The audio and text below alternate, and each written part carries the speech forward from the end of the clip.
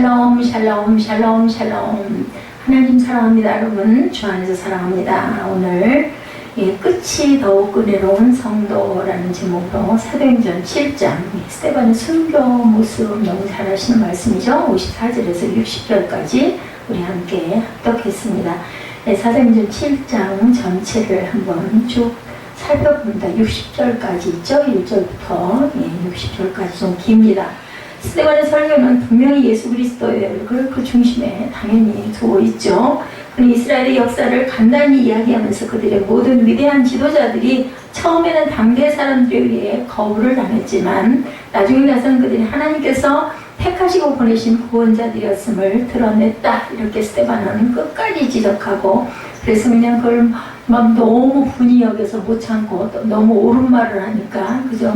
달려들어서 소리를 지르면서 54절에 보니까 마음에 찔려 이렇게 얘기했어요. 그를 향하여 일을 간다. 이게 막 군중이 아니었으면 절대 이럴 수가 없었겠죠. 근데 그게 어떤 것 때문이냐? 53절 이야기죠.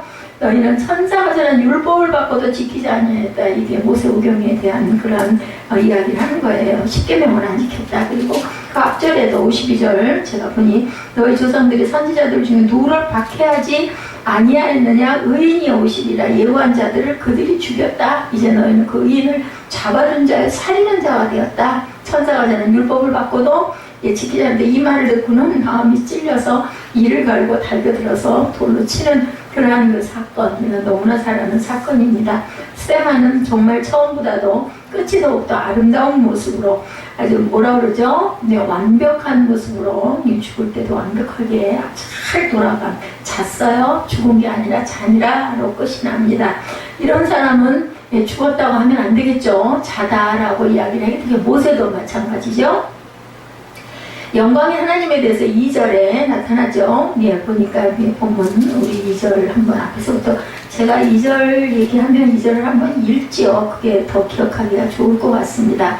대제사장이 이르되 이것이 사실이냐 하고 이제 2절 스데반이 이르되 여러분 부용들여 들으소서 우리 조상 아브라함이 하란에 있기 전 메소포타미아에 있을 때 영광의 하나님이 그에게 보였습니다. 그리고 이르시되 내 고향과 친척을 떠나 내가 내게 보일 땅으로 가라 하시고 여기서도 아브라함에 대한 이야기가 나타나죠. 3, 4절에 그를 고향과 친척을 떠나 어디로 향하게 하셨어요? 4절에 보니까 아브라함이 갈대아 사람의 땅을 떠나 하란에 거하다가 그의 아버지가 죽음에 하나님이 그를 거기서 너희 지금 사는 이 땅으로 옮기셨느니라 이렇게 증거한 내용을 쭉 이야기합니다. 창세기부터 이야기가 쭉 나오죠.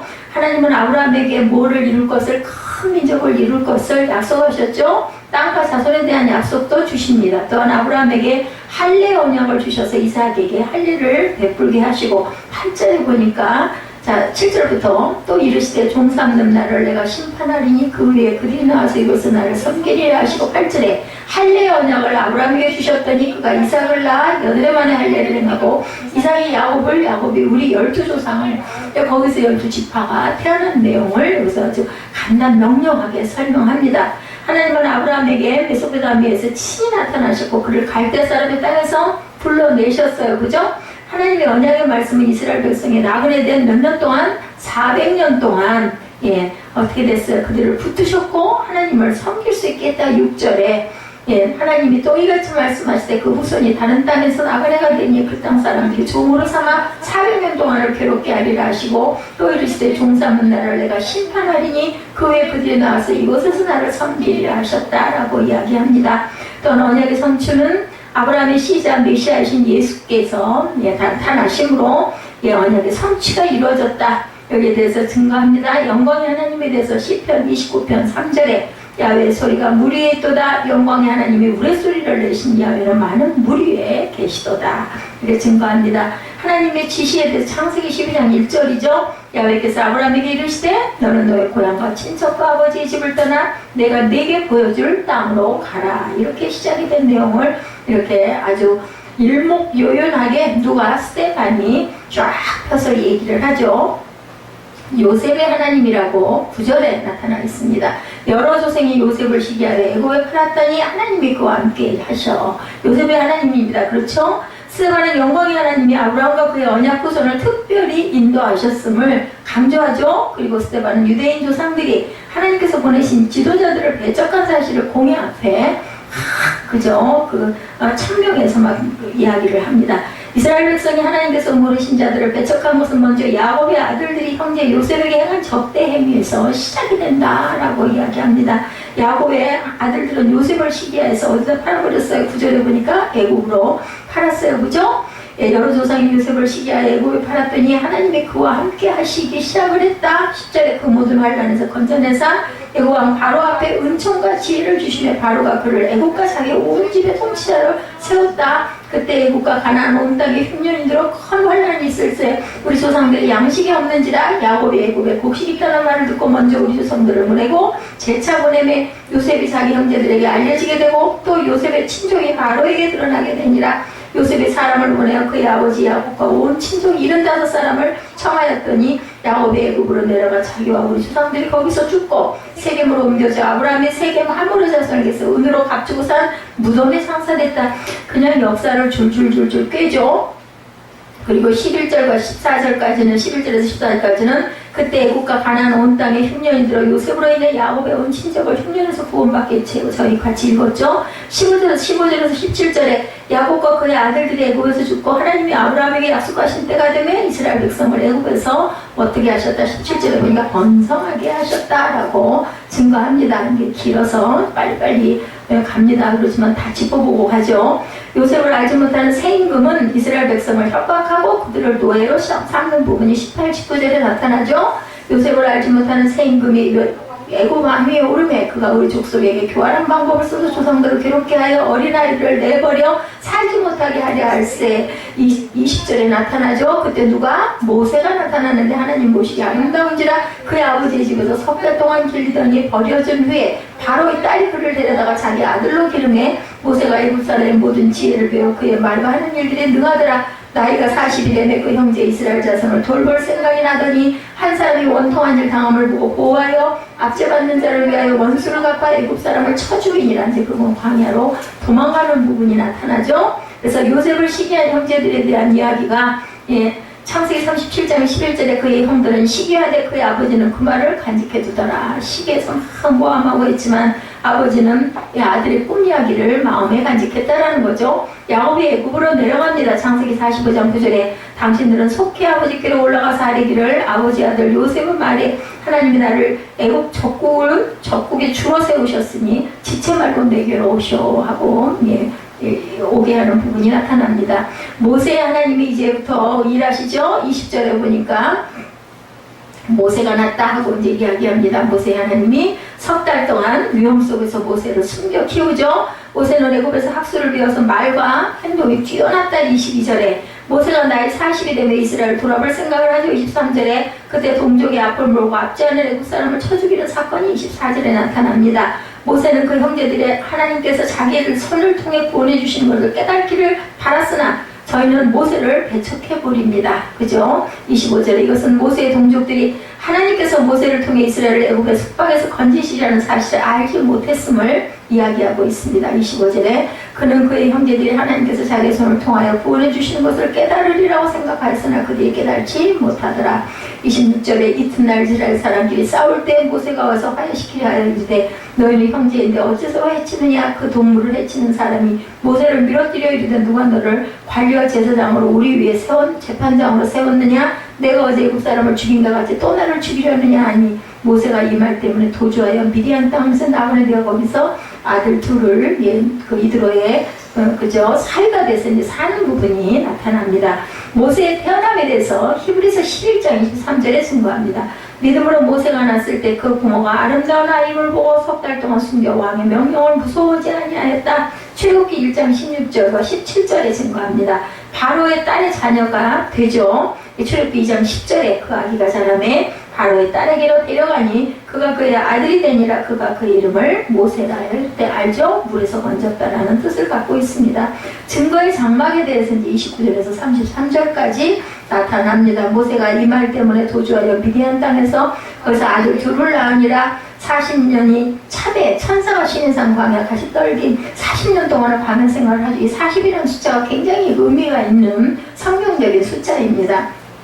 31절에 모세가 그 광경을 보고 놀랍게 여기 알아버리고 가까이 가니 저 주의 소리가 있죠. 나는 내 조상의 하나님 아브라함과 이삭과 야곱의 하나님이라 하신데 모세가 무서워 감히 바라보지 못하더라. 주께서 이르시되 내 발에 신을 벗어라. 내가 서 있는 곳은 거룩한 땅이니라. 내 백성이 애굽에서 괴로움 받음을 내가 확실히 보고 그 탄식하는 소리를 듣고 그들을 구원하려고 내려왔노니 이제 내가 너를 애굽으로 보내리라 하시니라. 준비가 되신 거예요. 그래서 누구의 하나님? 모세의 하나님의 시대가 열림을 여기서 보여줍니다. 시내산 광야에 대해서 모세가 그의 자기 미디안 제사장 이드로의 양떼를 치더니 그때를 광야 서쪽으로 인도하여 하나님의 산 호렙산에 이르며 이것도 그냥 간 게 아니 인도를 받아서 호렙산 불꽃 가운데 가시떨기 사이에 계신 하나님을 만나는 임재를 여기서 말씀하고 계십니다. 백성들의 거절 출애굽기 2장 14절에 그가 이르되 누가 너를 우리를 다스리는 자와 세판과 너를 삼았느냐 내가 애국 사람을 죽인 것처럼 나도 죽이려느냐. 모세가 두려워요. 이 일이 탄로난 걸 겁이 나가지고 이제 도망을 가는 게 광야로 가서 40년 광야 생활을 하죠. 증거의 장막에 대해서 37절에 말씀합니다. 모세는 하나님께서 그들에게 강력히 개입하셔서 나타나시는 온갖 표적과 전능의 보호하여 이스라엘 백성을 이끌고 애국으로 아주 천신만고 끝에 나오죠. 스테반은 모세가 너희 형제 가운데 나와 같은 선지자를 세우리라던 바로 그 사람임을 증거하죠. 37절에 보니까 이스라엘 자손에 대하여 하나님이 너희 형제 가운데서 나와 같은 선지자를 세우리라던 자가 곧 이 모세라 이야기합니다. 이 백성이 이 사람이 백성을 인도하여 나오게 하고 애국과 홍해와 광야에서 40년간 기적과 표적을 행하였다 얘기하죠. 모세 이야기합니다. 38절에 시내산에서 말하던 그 천사와 우리 조상들과 함께 광야 교회에 있었고 또 살아있는 말씀을 받아 우리에게 주던 자가 모세라는 거죠. 39절에 우리 조상들이 모세에게 복종하지 아니하고자 하여 거절하며 그 마음이 도리에 애국으로 향하여 아론도로 이르되 우리를 인도할 신들을 우리를 위하여 만들라. 애굽 땅에서 우리를 인도하던 이 모세는 어떻게 되었는지 알지 못하느냐. 십계명 그 돌판 받으러 올라간 사이에 그죠? 이렇게 아론에게 그냥 금신상 세우자 그래서 결국은 송아지 만들죠. 41절에 그때 그들이 송아지를 만들어 우상 앞에 제사하며 자기 손으로 만든 것을 기뻐하더니 이렇게 나타납니다. 자, 하나님은 광야에서 백성들에게 생명의 돌을 내리신 부분이 바로 38절 시내산에서 말하던 천사와 우리 조상들과 함께 광야 교회에 있었고 살아있는 말씀을 받아 우리에게 주던 자가 모세예요. 그죠?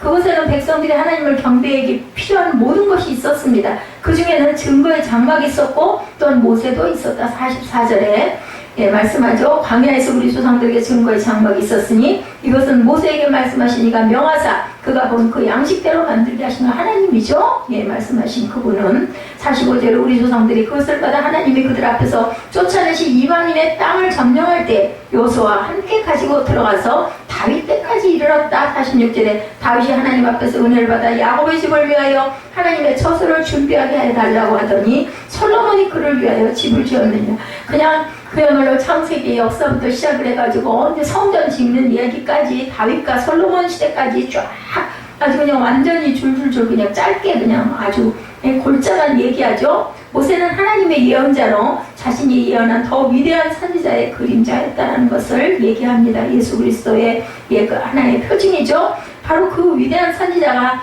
스테반이 이 법정에 서기 불과 몇 년 전에 오신 예수님인 것이다. 48, 9절에 증거하신 그분이 바로 그분이다. 그러나 48, 9절입니다. 지극히 높으신 이는 손으로 지은 곳에 계시지 아니하시나니 선지자가 말한 바 주께서 이르시되 하늘은 나의 보좌요 땅은 나의 발등상이니 너희가 나를 위하여 무슨 집을 짓겠으며 나의 안식할 처소가 어디냐. 50절에 이 모든 것이 다 내 손으로 지은 것이 아니냐 함과 같으니라. 목이 곱고 마음과 귀에 할례를 갖지 못한 사람들아 너희도 너희 조상과 같이 항상 성령을 거스르는도다 이야기합니다. 이 사람은 세상이 감당치 못할 자. 이 소리를 죽으면 뭐 상관없어요. 근데 죽이려면 죽여라고 할 말 다 하는 거죠.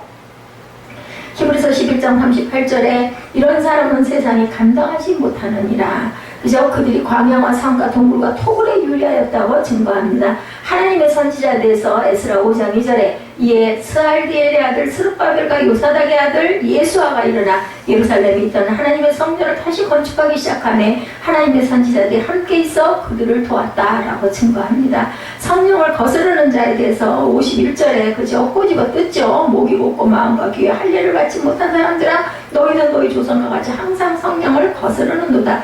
너희 조상들이 선지자들 중에 누구를 박해하지 아니하였느냐?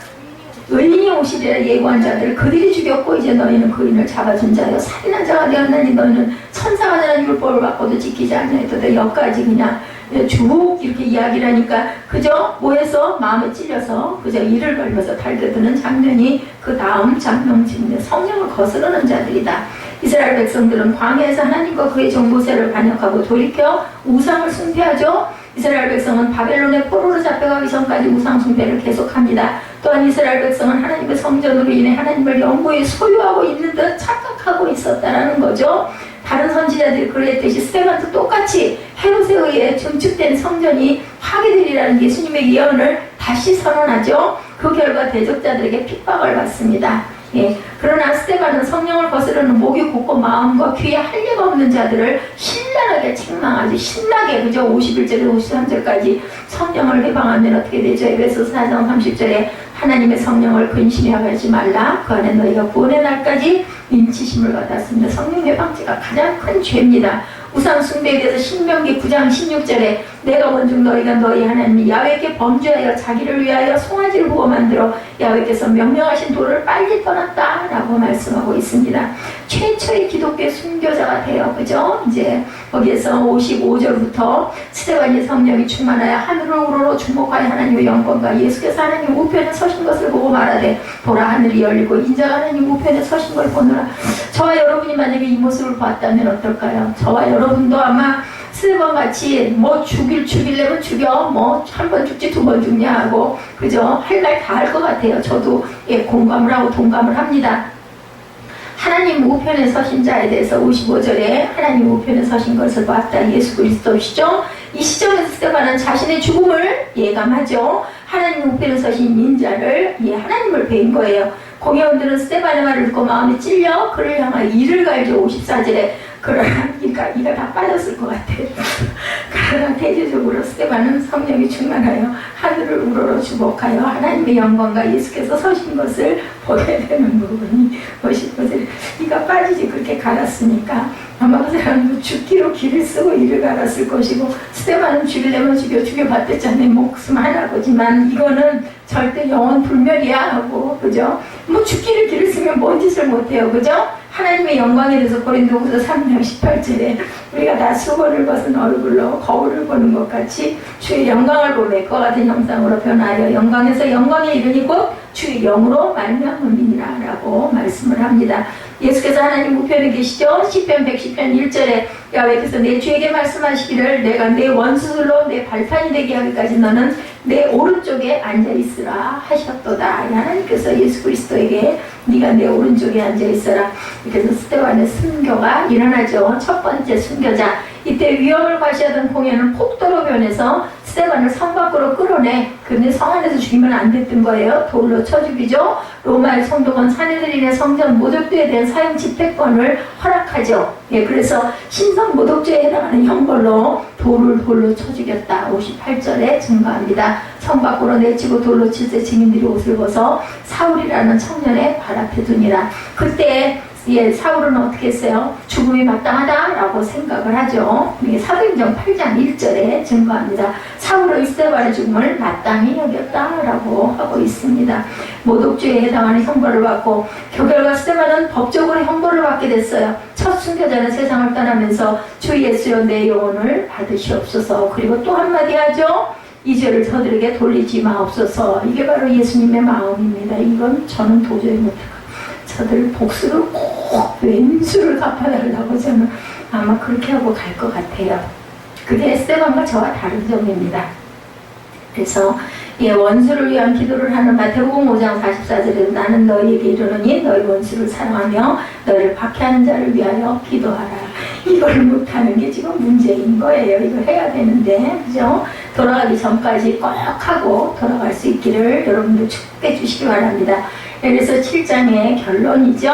세반의 변증으로 인해서 새로운 요소가 교회 메시지에 포함되어졌습니다. 우리가 급하게 빠르게 읽었지만 60절까지 그죠? 쭉 다 살펴봤습니다.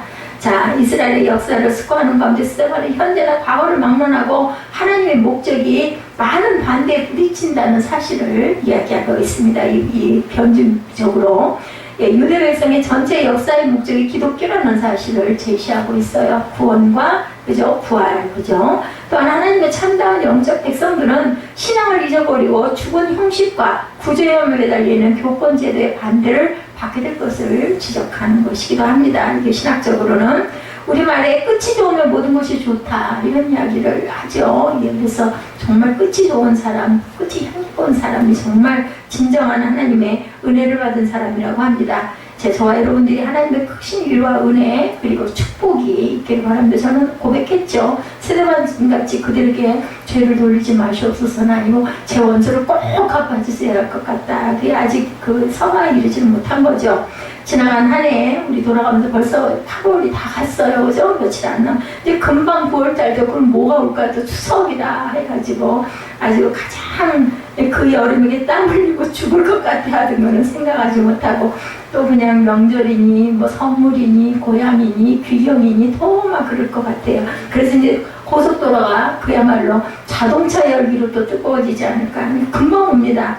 하나님께서 한 해를 지켜주시고 그래도 건강 지켜주셔서 그죠? 별일 없이 여러분과 제가 이렇게 서 있습니다. 모든 것이 하나님의 축복이다. 아이고 그죠? 말복 거짓말 같잖아요. 말복 지나자마자 말복이라도 다들 안 믿었어요. 더 더울 거라고 했지만 저는 말복까지만 기다린 거거든요. 앞으로 한 열흘 2주일만 참자. 그때가 말복이니까 그러고 나면 시원할 거야 했더니 설마 아니 절대로 아니야 했는데 그냥 거짓말처럼 매너하면서 그날부터 산들바람이 불었습니다. 분명한 것은 이 바람은 돈으로도 뭘로도 살 수가 없는 자연 천연 바람. 제가 그 삼성 아파트를 가면 정말 정말 바람 정말 하나님이 주신 바람이 이렇게 좋구나. 저는 여기 우리 교회보다는 삼성 아파트를 가면 공기와 바람을 느낍니다. 세상 모든 풍파가 너를 흔들어 약한 마음 낙심하게 될 때 내게 주신 주의 복을 세워라. 주의 크신 복을 내가 알리라. 주의 복을 세워보아라. 우리 그때 여기 이전 예배 드릴 때 이 찬양 얼마나 목청껏 불렀어요. 그죠? 받은 복을 우리가 늘 세워볼 줄 알아야 되겠다라는 생각을 합니다. 그걸 셀 줄을 몰라요. 자, 카렌다를 라틴어로 금전출납부라고 한다고 그래요. 매달의 소익을 결산한다 해서 카렌다라고 했는데 그것이 지금의 달력이 됐다라는 거예요. 인생의 대차, 대조표로 소익을 결산해야 하는 것이다. 우리는 마지막 때 분명히 소익 결산을 누구나 다 한다라는 것을 절대 잊어버리면 안 되겠다. 2018년 저와 여러분의 소익의 대차, 대조표는 어떻게 나왔을까? 저는 올해 한 해 동안 자동차가 무진장 두들겨 맞은 사건만 떠오를 것 같고 기억될 것 같습니다. 그리고 이제 또 중요한 그 현금 반란이 있었죠. 제가 수영장을 가서 수영을 하고 다닌다는 거 아닙니까? 그 물 위를 막 노를 젓고 다니는 거예요. 뭘로? 내 몸으로 노를 저으면서 이 노를 젓는 것도 이렇게 끊임없이 힘차게 노를 저어야 내가 그 25m 뭐 아무것도 아니잖아요. 끝에서 끝을 가는데 우리 뭐 50m 달리기 꼬마 때 할 때 뭐 빨리 달리는 애들 뭐 8점 몇 초, 9초 그 정도 가지 않았나요? 근데 저는 아주 잘났답시고 기껏 25m 가기를 1분이 안 걸렸어. 뭐 50초가 걸려서 막 좋아하죠. 보니까는 전광판 시계가 저기 8시 59분? 그죠? 59분 10초. 그 정도인데 지금 저 끝에 가 있단 말이에요. 나가야 되잖아요. 딱 9시 되면 호루라기 막 불고 준비 운동들을 다들 이제 강습받을 사람들이 하거든요. 회원들이. 그럼 물에서 풀에서 다 나가야 돼요. 근데 지금 거기고 59초가 됐으니까 저 끝에 가 있으면 빨랑 저희가 가야 되는데 기가 막히고 중요한 건 뭐냐? 거기서 걸어가면 더 느려요. 빨리 수영을 하고 와야 돼. 너무 미안하고 너무 민망하고 죄송한 거예요. 그렇다고 풀장 바깥으로 나가가지고 뛰어가자니 거기 강사가 서가지고 딱 호루라기 부서 있는데 그 앞으로 나갈 수 없고 앞에까지 가야 되니 그럼 어떻게 해요? 방법이 없어요. 요리땅하고 죽기 살기로 막 헤엄을 쳐서 가는 거죠. 진짜 전복은 힘까지 다 발휘해서 가면 그래도 정말 하나님께서 곧 다 피할 길을 주시는 거죠. 가가지고 딱 끝나고 나서 호루라기를 불까 안 불까를 생각하면서 막 가는 거죠. 그러면 아직 안 불었어. 근데 딱 그 지점에 가가지고 숨 탁 돌리고 뒤돌아보고 나서 나가려고 그 계단 딱 밟으면 그 물계단 밟으면은 휙 하고 해바라고 그 호루라기를 불어요. 2초 전, 3초 전. 그러면 아 내가 53초 동안에 여기를 갔다 왔구나 하는 생각을 하면서 엄청 많이 늘었다. 거의 2분여 가까이 갔었는데 그렇게 많이 늘었다. 그러면서 생각하는 게 여기 그 중급이죠. 그 풀장에 있는 모든 사람들이 처음에 제가 4개월 됐는데 이제 며칠 있으면 4개월이 되는데 그때 갔을 때는 지금이랑 다 똑같아요. 그대로 항상 한 번 갔다 오면 쉬는 건 한 3배쯤 쉬고들 서 계시고 그러니까 그 바람에 저는 운동하기가 좋은 거죠. 다들 서 있으니까 문제는 이제 쫙 서 있으니까 갔다가 가기가 민망해요. 그래서 이제 방법이 거꾸로 돌아가지고 가는 방법을 이제 연구를 해서 하고 있는데 그러면서 생각을 한 게 이렇게 열심히 노력하고 애쓰고 수고하고 그리고 연구하고 그렇게 열심히 한 것만큼의 열매를 하나님이 주시는구나. 왜냐면 저는 정말 느려가지고 얼마나 눈치도 많이 받고 그저 그만둘까 생각도 얼마나 많이 했어요. 근데 하나님께서 힘을 주시고 하나님께서 계속 위로해 주시고 그만두려고 몇 번을 정말 여러 가지 일들이 많았죠. 그러면서 변한 것은 2018년 들어서 열매는 수영을 하게 됐다. 이제는 또 자유형도 조금씩 섞어서 하는 이제 그러한 일을 하고 있는데 아마 올해 크리스마스 때쯤 되면 자유형과 배영을 자유롭게 섞어서 잘 하면서 왔다 갔다 하지 않을까. 지금은 거기다가 소망을 두고 있습니다. 2018년 저와 여러분들은 과연 무엇을 이루고 어떤 삶을 살아서 뭐 어떤 변화가 있게 17년과 변화가 있었을까. 저는 그 생각을 문득 해봤습니다. 손실이 많았을까 아니면은 이익된 어떤 영적으로든 뭐 어떤 면으로든 좀 잘하는 부분이 혹시 보였을까. 이제 저는 여러분에게 말씀을 드립니다. 어떤 사람은 손실이 많았을 수도 있겠고 어떤 사람은 아 난 그래도 이런 부분은 굉장히 유익했어, 이런 부분은 조금 좀 나아졌어, 이렇게 말씀하시는 부분도 있을 거예요. 그러나 우리가 기억할 것은 이런 것을 세워오지 말고 남은 것을 세워가야 한다라는 것을 잊지 말아야 되겠다. 예, 그럼 인생의 카렌다는 늘 손이익만 남게 되겠죠? 예, 남은 것, 뭐가 남았나? 나에게 남은 것. 마태복음 16장 28절에 사람이 만일 온 천하를 얻고도 내 영혼을 잃으면 그죠? 무엇이 유익하리요? 사람이 무엇을 주고 제 목숨과 바꾸겠는가? 우리가 건강하게 살아있는 것 자체가 남은 부분들 아닐까? 그러면서 영적으로 조금이라도 하나님께 가까이 자랐다면 우리가 예배드릴 때 글쎄 모르겠어요. 저는 기쁘거든요.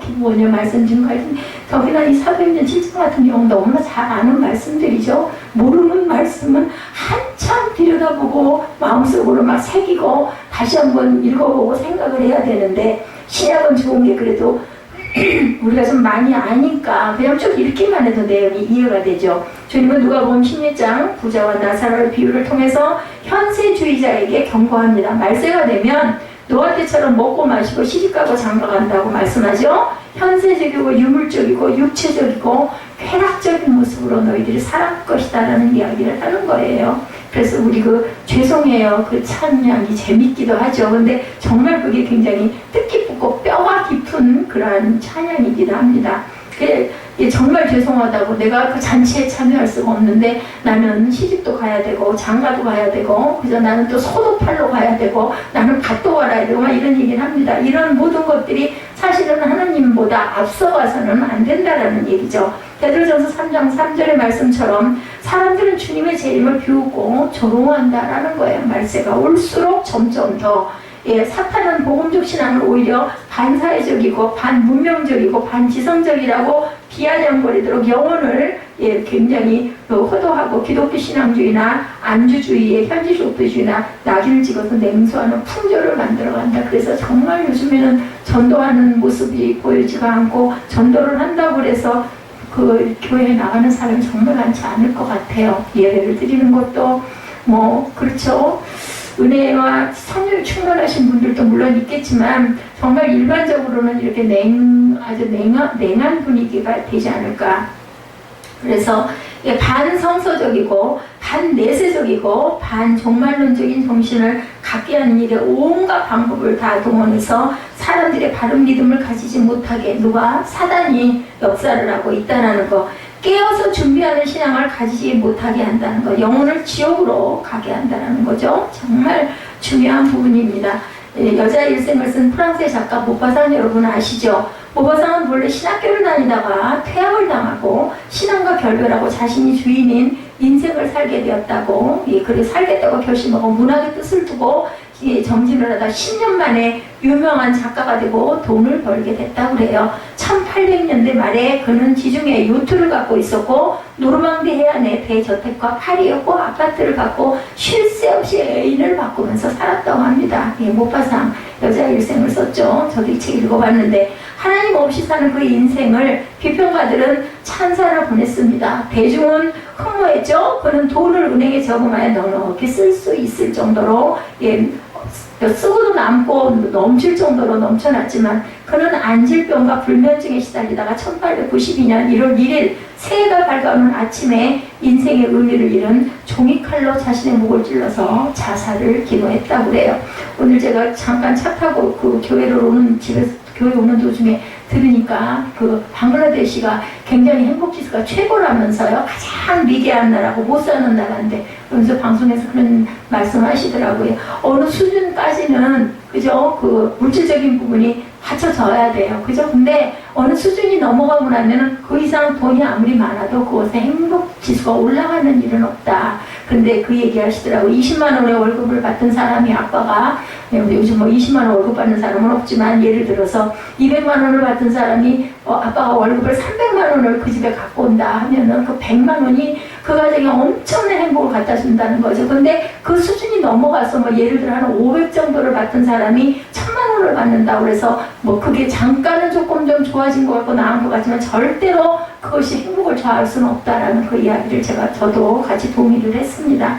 간신히 근데 목숨을 구했대요. 모파상은 정신이 이미 온전치 않은 정신병동에서 몇 달을 알 수 없는 소리로 허공을 향해서 절규하다가 나이 43살의 나이로 세상을 떠났다고 합니다. 그의 묘비에는 그가 말년에 자주 외치던 삶의 독백이 기록되어 있는데 나의 모든 것을 소유하고자 했으나 나는 모든 것을 소유하고자 했으나 결국 아무것도 가지지 못했다. 이런 고백을 하고 묘비에다 기록을 했다고 합니다. 그는 부자의 꿈을 이룬 것 같지만 실상 가장 처절한 가난한 인생을 산 사람이죠. 이토록 사람이 온 천하를 얻었지만 영혼을 잃으면 아무 소용이 없다는 것을 우리가 잘 압니다. 옛날 어느 고을에 한 영특한 부자가 있었어요. 나이도 많고 별다른 즐거움을 누리지 못하고 다만 고을에서 소문난 바보 한 명을 곁에 두고 바보스러운 이야기 듣는 것이 그는 유일한 낙이었다고 합니다. 너무 부자다 보니까 할 일이 없었겠죠. 하루는 지팡이 하나를 바보에게 주면서 말합니다. 너보다 더한 바보를 만나면 주어라 라고 지팡이를 줬다고 그래요. 그 유명한 바보는 자기보다 못난 바보를 찾아서 2달 정도 마을을 돌아다녔지만 찾지를 못했대요. 자기보다 바보. 그러는 동안 부자는 병이 들어 거의 죽게 되었을 때 바보를 불러서 작별을 구하면 나는 이제 너와 헤어져야 되겠다 라고 얘기를 해요. 그러자 바보종은 주인님 어디로 가십니까? 그러자 황천이라는 곳으로 간단다 하고 주인이 대답을 합니다. 그럼 주인님이 황천으로 가시면 언제쯤 돌아오시게 됩니까? 라고 물어봐요. 그러자 부자는 황천이라는 곳은 매우 먼 나라이기 때문에 한 번 가면 다시 돌아올 수 없는 곳이 된단다 라고 이야기를 합니다. 그러자 바보종은 그럼 준비를 단단히 해야 되겠습니다 라고 대답을 하더랍니다. 그러자 부자는 이 바보야 무슨 준비? 그냥 눈만 감고 다리를 쭉 펴고 가만히 누워있으면 된단다 라고 대답을 했어요. 그래서 이 말을 들은 바보종은 지팡이를 부자에 주면서 이렇게 말합니다. 아니요 주인님, 사람이 10리나 100리를 가더라도 준비를 하거든 하물며 한 번 가면 돌아오지 못할 것을 가면서 아무 준비 없이 어떻게 가십니까? 주인님이 저보다 더 바보군요. 이 지팡이 받으세요 하고 주었다고. 여러분 어떠세요? 마지막 때를 살아가는 우리들이 정말 깊이 생각해봐야 할 부분이 아닐까. 잘났다고 똑똑하다고 그죠? 목 꼿꼿이 세우고 교만을 떨어봤댔자 결국은 그렇게 구는 자가 사실은 바보라는 거죠. 자, 끝이 더욱 은혜로운 성도란 제목의 말씀을 함께 우리 재밌는 그 이야기를 나눈 속에도 아마 하나님의 말씀의 은혜가 있었으리라고 믿습니다. 끝이 좋은 사람은 어떤 사람일까? 그럼 먼저 참으로 승리하는 사람이죠. 본문 스데반 집사님이 보면 죽음의 순간에도 끝까지 뭐 우리 막 읽으면서 통쾌하지 않았어요. 그죠? 이를 갈아서 이가 다 빠졌을 것 같다는 생각이 너무너무 통쾌해서 저도 말씀을 드린 건데, 믿음의 참 승리자는 처음보다 끝이 더 정말 마지막이 좋아야 되겠죠? 그래서 우리가 태어나는 것보다 돌아가는 거를 잘 돌아가야 되겠다는 생각을 저도 많이 합니다. 처음에 아무리 잘했어도 끝이 좋지 못한 사람은 어떤 사람은 실패자라고 할 수밖에 없다. 예, 에스겔 33장 12절에 인자야 너는 내 민족에게 이르기를 의인이 범죄하는 날에는 그 공의가 구원하지 못할 것이요 악인이 돌이켜 그 악에서 떠나는 날에는 그 악이 그를 엎드려뜨리지 못할 것인즉 의인이 범죄하는 날에는 그 의로 말미암아 살지 못한다. 의인은 절대로 범죄해서는 안 되죠. 그래서 더 책임이 막중합니다. 처음에 의인으로 살았어도 끝까지 의인으로 살지 못하고 도중에 타락하여 죄 가운데 살면 구원받지 못하고 심판을 받게 된다는 말씀이고, 죄인으로 살다가 회개하고 돌이켜 의인으로 살면 처음 죄가 용서받아서 구원을 받게 된다는 말씀이라는 것을 우리가 꼭 알아야 되겠다. 성도가 처음에 아무리 믿음 안에 살면서 하나님을 잘 경외하고 봉사하고 충성스럽게 살다가 후에 미혹되어 믿음에서 떠나고 타락하고 죄 가운데 살면 처음에 한 그 의로운 삶이 그를 구원받지 못하게 한다는 거죠. 반면에 처음에는 죄 가운데 살았지만 회개하고 돌이켜 믿음을 지키고 바르게 살면 과거의 죄도 사해지고 그리고 구원을 받게 되고 하나님 은혜와 사랑 가운데 살 수 있음을, 그래서 저는 생각합니다. 정말 끝까지, 그죠? 끝까지 그동안 애쓰고 수고하고 그죠? 했던 모든 게 너무너무 아까워서라도 끝까지 가야 되겠다. 완주가 굉장히 중요합니다. 1등이 중요한 게 아니라 완주가 중요하죠. 그 한강 그 수영 완영했다고 얘기하죠. 갔다 온 사람 보니까 모자가 달라졌더라고요. 검정 모자에 하얀 어떤 이런 마크 같은 게 있는데 보니까 거의 많지가 않아요. 그 수영장 강습받는 분들 중에 한 2명, 한 3명, 이제 제가 갔던 그 시간에는, 물론 다른 시간에서도 계시겠지만, 그래서 이게 완영한다는 게 굉장히 어렵고 많은 숫자가 아니었는데도 이렇게 참 완영을 했구나 하는 생각을 합니다. 스데반 집사님의 믿음은 처음도 끝도 좋은 믿음의 소유자였던 것. 그렇다고 해서 처음이 아무렇게나 하다가 돌아갈 때만 그러라는 것은 아니죠. 처음에 우리가 온전한 믿음 그리고 아주 열정적인 믿음이었으면 끝까지 그 믿음을 지킬 줄 알아야 되겠다. 아까워서라도, 그죠? 성도들의 유형을 보면 처음에 잘 믿고 더 좋은 믿음으로 나가는 사람들 있죠. 어떤 이들은 처음에 잘 시작했지만 나중에 타락해서 돌아서는 이런 유형의 사람이 더 많을 것 같아요. 우리 인생들이 여러 가지 유혹이 있고 우리는 세상 가운데 살고, 어느 날 극동방송에서 그런 말씀 하시더라고요. 우리가 세상 가운데 살기 때문에, 그죠? 세상은 우리와 접하는 게 여러 가지가 너무나 가깝게 있어요. 그렇지만 우리는 무엇을 바라보고 가야 되겠다? 하늘을 바라볼 줄 그러니 모든 사람이 할 수 있는 것은 아니에요. 우리는 세상 가운데 있기 때문에 세상 가운데 것들에 대한 것을 생각하고 들여다보고 하는 건 누구나 다 합니다. 왜냐하면 내가 세상에 사니까. 그렇지만 하늘나라를 바라본다는 건 특별한 은혜가 있지 않은 사람들은 바라볼 수가 없는 것, 나와 직결되어 있는 것 같지 않기 때문에. 근데 사실은 그것이 더 중요하다는 것을 우리가 알아야 되겠다는 거죠. 이런 자에 대해서 성경은 믿음에서 파손된 자, 처음에 잘 시작했지만 나중에 타락한 사람들, 또는 성령으로 시작했다가 육체로 마치는 자, 미혹한 길로 가는 자, 세상으로 돌아간 자, 쟁기를 잡고 뒤를 돌아보는 자다, 이렇게 증거하고 있습니다. 또 개가 토한 것을 다시 먹는 모습으로도 표현하고 있습니다. 우리가 생각만 해도 더럽죠. 그리고 그런 유형은 처음에 죄악된 길로 가다가 돌이켜 회개하고 바울사도처럼 새롭게 하나님의 영광을 위해 사는 자들도 있습니다. 구약의 욥, 그죠? 욥은 처음에 시작도 좋았고 나중에 더 좋은 신앙으로 하나님의 연단을 통해서 정말, 근데 저는 정말 그 욥의 그 내용을 읽으면서 저는 나중에 더 많은 축복을 받아 안 했으면 좋겠다는 생각이 들 정도입니다. 어쨌든 욥은 그 모든 걸 다 통과를 하죠. 예, 시작도 없고 처음에 마지막 신앙도 좋았던 인물. 그러기에 그런 사탄의 시험으로 자녀와 물질을 다 잃어버리고 아내가 막 저주하고 떠나가고, 그죠? 그리고 나중에는 뭐 몇 갑절에 복을 주고 그 생명도 뭐 장수하게 해주고 자녀도 뭐 10명을 낳게 해주고 재산도 더 많이 줬다 하지만 저는 정말 사양하고 싶더라고요. 욥기 42장 3절에 무지한 말로 이치를 가리는 자가 누구니까 나는 깨닫지도 못한 일을 말하였고 스스로 알 수도 없고 헤아리기도 어려운 일을 말하였나이다 이렇게 고백합니다. 그리고 또한 42장 6절에 욥기 그러므로 내가 스스로 거두어드리고 티끌과 제 가운데 회개하나이다 라고 얘기합니다. 근데 우리 그 상황대로 이 회개할 수 있을까요? 자신 없어요. 솔직히 말해서 그 상황 되면. 불란서 루블 박물관에 전시된 조각품 중에 하나는 지나가는 사람들의 발걸음 멈추게 할 정도의 수작이 있는데 애석한 일은 누가 만들었는지 이름을 알 수가 없다고 그래. 거기에는 눈물겨운 전설이 있다고 합니다. 어느 한 조각가가 헐보고 굶주려가면서도 피와 땀을 짜내는 노력의 결과로 걸작품을 완성시켰는데 하루는 갑자기 날씨가 추워지게 조각품이 얼어 상할까봐 자기가 입었던 겉옷을 벗어 덮어놓음으로 조각품은 보존이 됐는데 그만 어떻게 됐을까요? 그 조각가는 얼어서 죽고 말았답니다. 그것은 자기의 노력의 최대의 대가, 그죠? 그것을 무엇보다 중요하게 여겼다? 목숨보다 중요하게 여겼다라는 그런 결론이에요. 근데 목숨을 잃고 나면 그 모든 게 다 소용이 없는 거죠?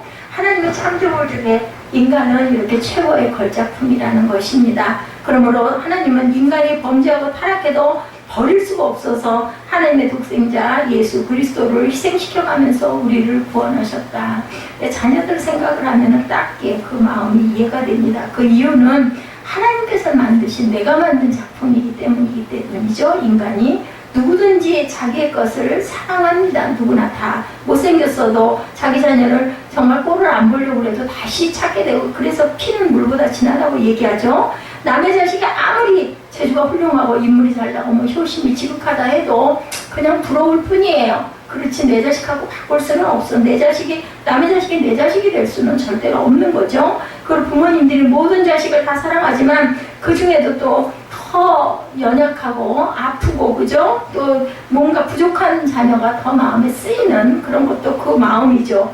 예, 사랑하는 것처럼 하나님께서 예수님을 구주로 믿는 자녀들에게 기대한 관심을 가지고 돌보시는 것, 좋은 믿음의 소유자로 하나님의 은혜에 감사하는 저와 여러분이 되셔야 됩니다.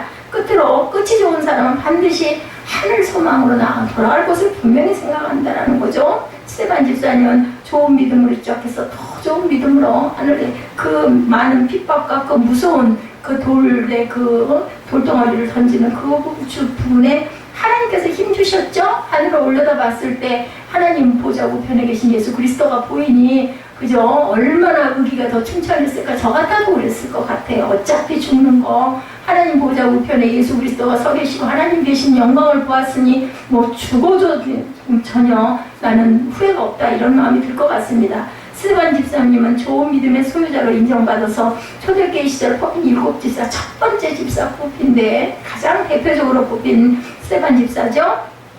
사도행전 6장 3절 말씀에 형제들은 너희 가운데 성령과 지혜가 충만하여 칭찬받을 사람 7을 택하라. 우리가 이 일을 그들에게 맡기겠다라고 했어요. 어떤 사람? 성령과 지혜가 충만해서 칭찬받는 사람. 스테반 집사님은 믿음과 성령이 충만한 자로 복음 전도에 힘쓰고 그리고 많은 그죠 여러 가지 그 은사도 나타났습니다. 그죠? 예, 오늘 본문에 성령과 지혜가 충만해서 복음 말씀을 전하자 사람들이 도저히 그를 당할 수 없다는 것을 알고 돌을 들고 예, 입을 막으려고 죽이려고 했던 거죠. 믿음 없는 눈으로 보면 그런 불쌍하고 불행한 자의 모습일 수도 있어요. 그 젊은 나이에 돌에 맞아서 죽었으니 그죠? 그렇지만 그 마지막 모습 7장 55, 6절이죠. 스테반이 성령 충만하여 하늘을 우러러 주목하여 하나님의 영광과 미인수께서 하나님 우편에 서신 것을 보고 말하되 보라 하늘이 열리고 인자가 하나님 우편에 서신 것을 보노라 한데 오죽 하면 하늘이 열렸겠어요. 59절과 60절에 그들이 돌로 스테반을 치니 스테반이 부르짖어 이르되 주 예수여 내 영혼을 받으시옵소서 하고 무릎을 꿇고 크게 불러 이르되 주여 이제를 그들에게 돌리지 마옵소서 이 말을 하고 잠이라 죽은 게 아니라 주무십니다. 일어나실 거죠. 그는 예수님처럼 원수를 사랑하고 원수를 위해서 기도할 수 있었던 그러한 아주 훌륭한 집사님이었고 그의 죽음이 하늘로 이어지는 거룩한 순간이죠. 그래서 하늘 문이 열린 거예요. 눈으로 보게 열려주신 거죠. 이 소망이 없다면 그가 세상에서 아무리 성공하고 부귀영화를 이뤘다 해도 그 인생은 실패하고 불행한 자였을 것이라는 것. 아무 일에든지 부끄럽지 않은 삶을 우리가 살아야 되겠다. 그것은 죽음에 대한 바른 정의가 있어야 된다는 거예요. 그죠? 부끄럽지 않게 살림. 히브리서 9장 27절이죠. 사람은 죽는다. 그 후에는 심판이 있다라고 이야기합니다. 이혜령 그 박사님 말씀하시는 거 들었죠? 사람은 늙으면 죽는다. 아주 간단하고 짧아요. 그래서 본인은 그렇게 암에 걸렸지만 약을 절대 먹지 않는다. 언젠가 갈 걸 준비한다라는 거죠. 그래서 아마 더 삶을 하루하루를 더 귀하게 치열하게 사실 것 같습니다. 철학자 하이데거는 말하죠. 모든 인간은 죽는다는 공리된 인간의 무의식 중에 있는 나는 죽지 않는다는 신념 때문에 불행하다라고 얘기해요. 우리 받아들일 건 받아들여야 된다는 거죠. 사람은 당연히 죽는 것을 알고 있지만 나는 죽지 않는다, 나는 죽고 싶지 않다는 생각 때문에 갈등하고 두려워하고 그리고 불행한 삶을 산다는 거죠. 외국에서 있었던 일로 숨을 거두고 있는 남편 곁에 아내가 흐느끼면서 탄식합니다. 당신 죽으면 어떻게 하란 말이에요. 그러니까 남편이 빙그레 웃으면서 울 것도 없어. 당신도 죽을 텐데 뭘, 이렇게 이야기를 했다고 합니다. 우리의 수고는 헛되지 않죠? 우리가 우리 인생을 다 살고 난 후에 하나님 앞에 섰을 때 내 인생은 헛되지 않은 인생이었어. 이런 칭찬만 받으면 우리의 삶은 정말 가치 있는 삶을 산 것이다. 예, 작은 교회에서 수고하고 있었구나. 내가 너의 수고를 안으라면 얼마나 기쁘겠는가. 대단하고 유명한 교회보다는 아무도 알아주지도 않고 아무도 그죠? 예, 뭐 인정도 안 해주는 그런 곳일지라도 정말 열심히 내 그 유익을 구하지 않고 네가 수고했구나. 그것을 알아준다면 얼마나 값질까. 13세기 스페인의 귀족이고 명문대학의 교수였던 라몬롤이라는 그는 유망한 장래를 포기하고 이슬람교 사람을 복음하기 위해서 스페인으로 떠났다고 합니다. 그는 2번이나 그 나라에 추방을 당했고 1년 반을 감옥에서 감금을 당했대요. 그는 노인이 되어서 성벽으로 끌려가 돌에 맞아 죽을 때 마지막 말은 오직 예수였다. 이 스테판 같은 사람이 우리가 모르는 그런 분들이 참 많아요. 죽기 직전에 그는 사랑하지 않는 사람은 살아있지 않는 것이고 그리스도인이 사는 사람은 결코 죽지 않는다라고 고백을 했다고 합니다. 사랑하지 않는 사람은 살아있지 않은 것이고 그리스도인에 사는 사람은 결코 죽지 않는다. 누구처럼? 스테반처럼 자는 자. 그리고 지금도 성경에서 이렇게 살아있어서 우리의 가슴을 따뜻하게 적셔주시고 그 소망을 주지 않습니까? 이것이야말로 예수 그리스도 안에서 믿음으로 사는 사람의 모습이라는 것.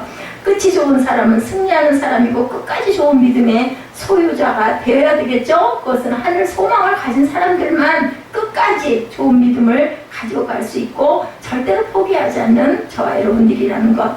이런 사람은 가진 것이 없어도 예수 그리스도를 믿는다는 이유로 박해를 받아도 오직 하늘 소망을 바라보며 주님을 사랑하고 주님의 발자취를 따라가다 주님과 함께 하나가 돼서 연합되는 그러한 생명, 마지막 생명이 된다라는 것, 죽지 않는 영생을 하게 되는 귀한 모본, 그 표본, 첫 번째 순교자 스테반 집사님에 대한 그런 말씀을 우리가 함께 나눠봤습니다. 우리도 이러한 믿음의 소유자, 끝이 아름다운 믿음의 승리자들이 되시기를 주님의 이름으로 축복합니다.